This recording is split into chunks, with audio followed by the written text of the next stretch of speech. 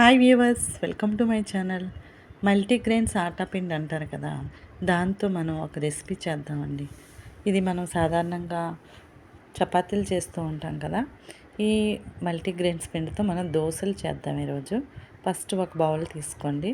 బౌల్లోకి 2 కప్స్ ఈ మల్టీగ్రెయిన్స్ ఆటా తీసుకుంటున్నాను. మల్టీగ్రెయిన్స్ చాలా హెల్తీకి మంచిదండి, అన్ని రకాలు ఉంటాయి కదా.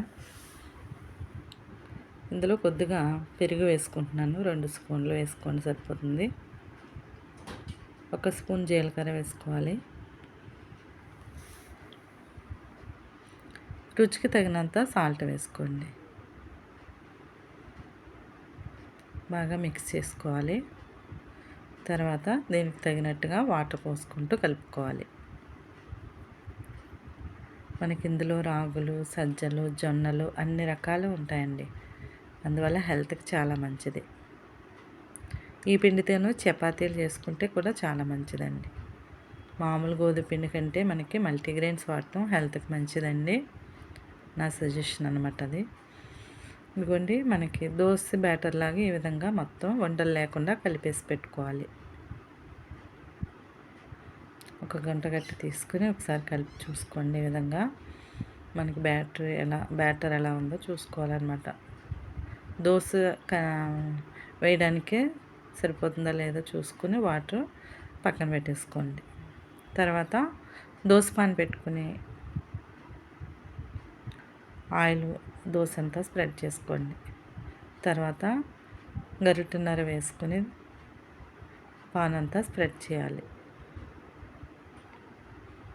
ఇది పాన్కి అంటుకోకుండా బాగానే వచ్చేస్తుందండి, ఈజీగానే. ఈ దోశలు వేసుకోవడం కూడా చాలా ఈజీ. మనం ముందుగా పిండి అయ్యి నానబెట్టుకోవాల్సిన లేదు కదా, అప్పటికప్పుడు వేసేసుకోవచ్చు. అలాగే చుట్టూ అంచులు నూనె వేసుకోండి. ఒకవైపు బాగా కాలిన తర్వాత రెండో వైపు తిప్పుకోవాలి.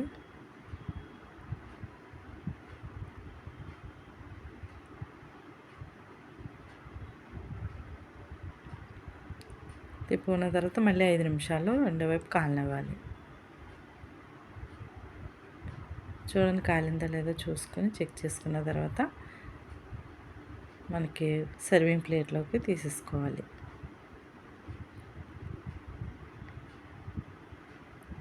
ఈ విధంగానే మొత్తం పిండి అంతా కూడా దోశలు వేసుకోవాలండి.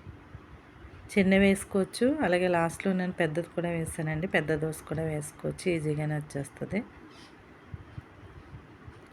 ఈ ప్రాసెస్ కనుక నచ్చితే మీరు కూడా తప్పకుండా ట్రై చేయండి. అలాగే చూసిన వాళ్ళందరూ ఒక లైక్ మాత్రం ఇవ్వండి. వీలైతే సబ్స్క్రైబ్ చేసుకోండి.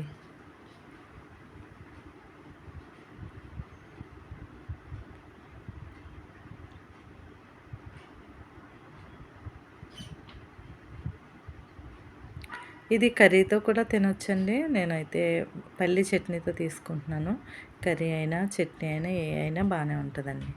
టమాటో చట్నీ కూడా బాగుంటుంది ఇందులోకి.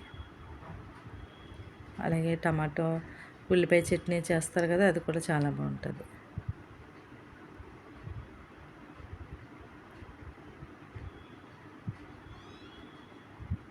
ఇదిగోండి, పెద్ద దోశ వేసాను. ఇది కూడా ఈజీగానే అంటుకోకుండా వచ్చిందండి. దోశలన్నీ రెడీ అయిపోయినాయండి. సర్వింగ్ ప్లేట్లో తీసుకుని సర్వ్ చేసుకొని తినడమేనండి. నా రెసిపీ కనుక నచ్చితే తప్పకుండా లైక్ చేయండి. ఓకే అండి, థ్యాంక్స్ ఫర్ వాచింగ్.